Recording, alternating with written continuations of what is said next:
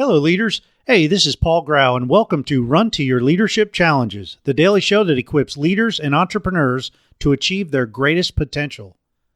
This show is sponsored by Current Leadership Coaching, and they help entrepreneurs excel as leaders so they can create super teams. Find out more about them at currentleadershipcoaching.com. Hey, hope you're doing great today. And all this week, we are talking about negotiating and some negotiating skills that will surely set you up for success whenever you find yourself in a negotiation situation, which for a leader is fairly often. Today, I want to discuss something that you must know before you ever begin negotiating, and that is what you want to get out of the negotiating. Whenever you enter into a negotiation, you must know what parameters you are dealing with and what your bottom line is, or the point that you are not willing to cross. It's super important to know exactly what you want before beginning any of the negotiations. Know your bottom line and just how much you're willing to negotiate from that bottom line. Or basically, you got to know what your ideal settlement range would be.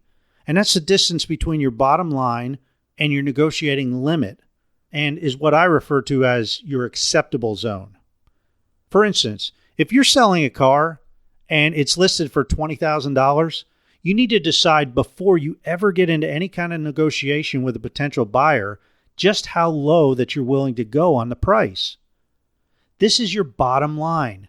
Anything between $20,000 and your bottom line is acceptable. And of course, if they offer more than your asking price, well, that's just extra gravy. So you have a car listed for $20,000. And you decide your bottom line is going to be $18,500. So your acceptable zone is anything between $18,500 and $20,000.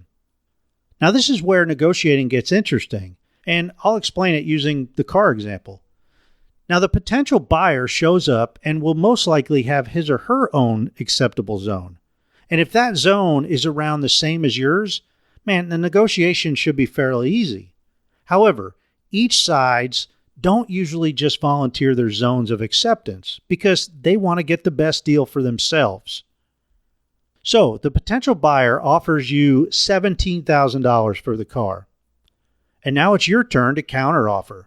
And remember, you want to get anywhere in your zone of acceptance, and the higher the better.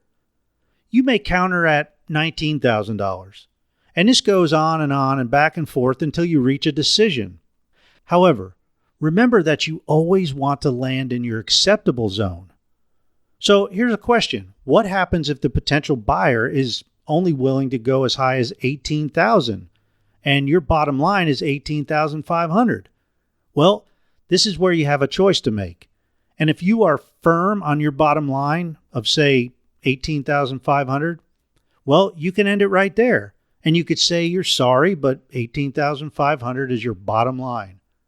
Then it's in the potential buyer's hands to accept it or walk away. If they walk away, that's perfectly okay because you had already decided ahead of time what your absolute bottom line is. The best part of knowing what your acceptable zone is that you can usually get through the negotiation process much quicker, especially if both sides know their acceptable zones. So you may be asking, what happens if you don't reach a settlement? And we're going to get to that later on in the week. For now, just know that you must know exactly what you want the outcome to be and what your acceptable zone is before you ever begin the negotiation process. It'll save you a lot of headaches and back and forth thinking.